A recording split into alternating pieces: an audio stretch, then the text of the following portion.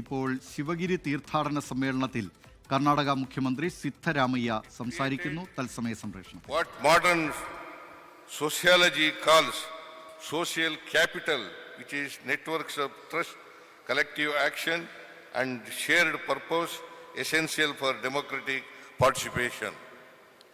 ആധുനിക സാമൂഹിക ശാസ്ത്രം സാമൂഹിക മൂലധനം എന്ന് വിളിക്കുന്നതിനെ സാധൂകരിക്കും വിധം സംഘടന സൃഷ്ടിച്ചു. വിശ്വസ്തത, കൂട്ടായ പ്രവർത്തനം, എല്ലാവർക്കും വേണ്ടിയുള്ള ഉദ്ദേശലക്ഷ്യങ്ങൾ എന്നിങ്ങനെ ജനാധിപത്യപരമായ പങ്കാളിത്തത്തിനു വേണ്ട ഘടകങ്ങളെല്ലാം ഇതിലുണ്ടായിരുന്നു. Narayan Guru's influence was not confined to Kerala. His historic dialogue with Mahatma Gandhi in 1925 altered the intellectual course of freedom movement.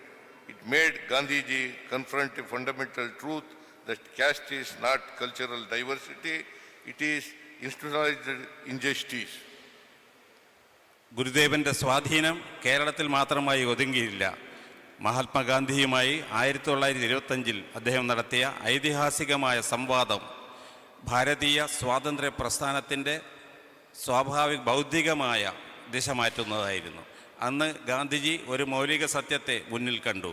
ജാതി എന്നത് ഒരു സാംസ്കാരിക വൈവിധ്യമല്ല, അത് സുസ്ഥാപിതമായ അനീതിയാണ് എന്ന സത്യം. Using the mango tree analogy, Narayan Guru revealed that though leaves differ, their essence is same, making Gandhiji realize that caste and religion, not diversity, are the world's deepest social problems.